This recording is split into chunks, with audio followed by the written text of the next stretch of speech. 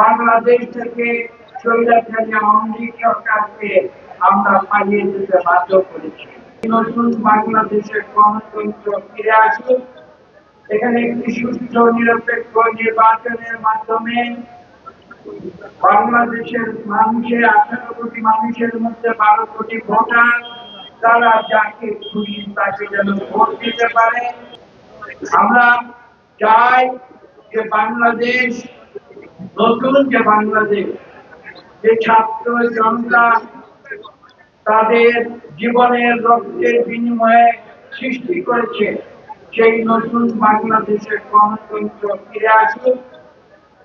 একটি দীর্ঘ সংগ্রামের মাধ্যমে বাংলাদেশ থেকে স্বৈরাচারী আওয়ামী লীগ সরকারকে আমরা পালিয়ে যেতে বাধ্য করেছি। বাংলাদেশের গণতন্ত্রকামী যে দলগুলো রয়েছে তারা সবাই মিলে ঐক্যবদ্ধ হয়ে তারা আন্দোলন করেছে দীর্ঘ 1.5 দশক ধরে, এবং তার চূড়ান্ত পর্যায়ে ছাত্র জনতা রাজপথে নেমে এসেছিল। উৎসবের খুশি হবে নগদে বেশি, কারণ ঘন্টায় ঘন্টায় আছে গিফট জেতার সুযোগ।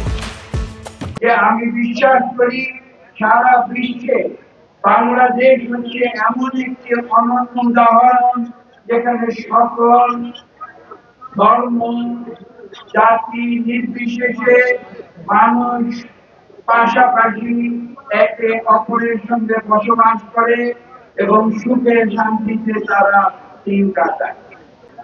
ইসলাম ধর্মের যে শিক্ষা, এই শিক্ষা হচ্ছে